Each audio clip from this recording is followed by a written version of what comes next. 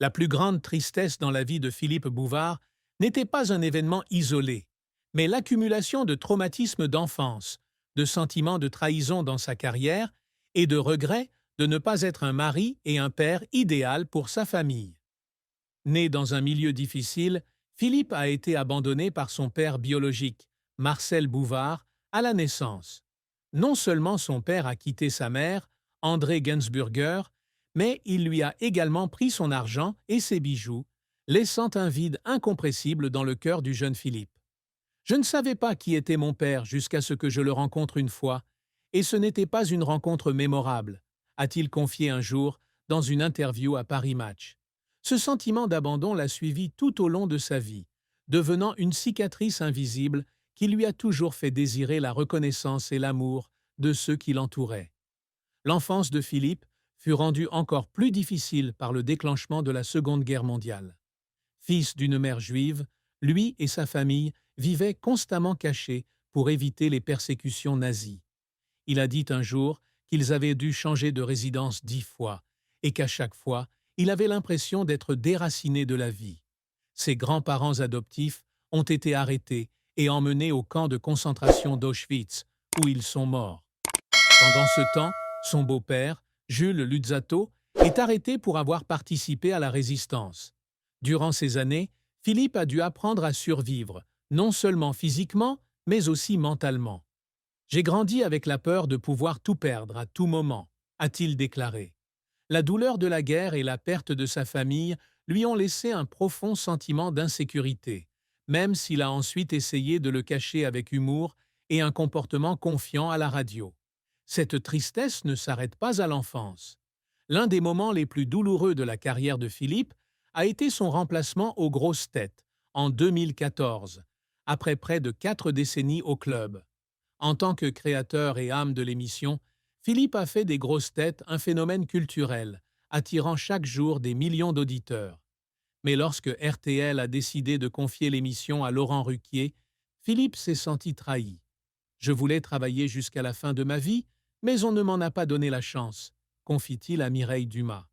Cet événement a non seulement porté un coup dur à sa carrière, mais aussi été une blessure personnelle, lui laissant le sentiment qu'une partie de son identité lui avait été arrachée.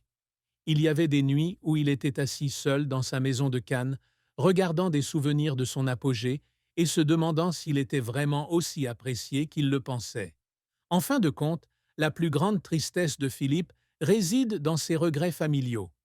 Malgré un mariage qui a duré plus de 7 décennies avec Colette Savage, il a admis qu'il n'était pas un mari ou un père dévoué. Des années passées à s'immerger dans le travail lui ont fait manquer de nombreux moments importants avec ses 2 filles, Dominique et Nathalie. J'ai été tellement occupé avec le micro et les projecteurs que j'oublie parfois que j'ai une famille qui m'attend à la maison, a-t-il déclaré dans un rare moment d'ouverture. Cette tristesse devint encore plus évidente à mesure qu'il entrait dans la vieillesse, réalisant que le temps était passé trop vite et que ce qu'il avait manqué ne pouvait pas être récupéré. La carrière de Philippe Bouvard est une longue histoire de talent, de persévérance et d'échecs qui lui ont coûté des larmes. D'un jeune garçon sans diplôme officiel, il est devenu l'une des personnalités médiatiques les plus appréciées de France, avec plus de 60 ans de dévouement au journalisme, à la radio et à la télévision.